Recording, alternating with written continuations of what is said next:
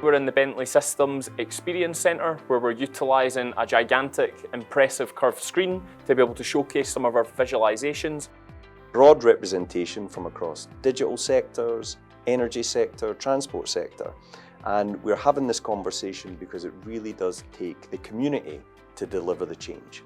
TransiT is the UK's national digital twinning hub, and it's dedicated to looking at how do we decarbonise UK transport.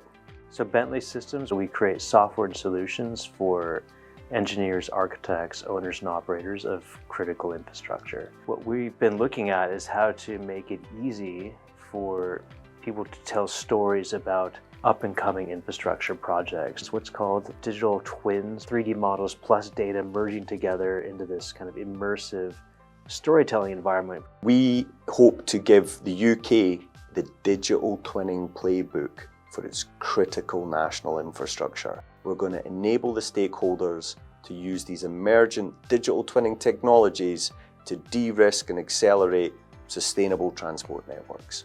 So as we create some of our digital tools, it's important to get stakeholder feedback so that we can then redesign this into our systems that we're going to use in the future. And through those technologies, make sure that we understand their needs, their concerns, their ambitions, so that we are co-creating the future decarbonised transport networks of the UK with them, for them. Romail has set the target to achieve net zero by 2040, and that means decarbonising our vehicles. But the next part of our journey is electrifying our heavy goods vehicles. And this is a challenge that's not only felt by us, but large fleet operators across the country. Learning how digital twin technologies could help us understand what technology options may be available and how we can operate with other fleet operators to find the right locations for charging infrastructure, grid infrastructure upgrades, and also how we can use this technology to train our drivers and our fleet technicians. It's all super exciting stuff.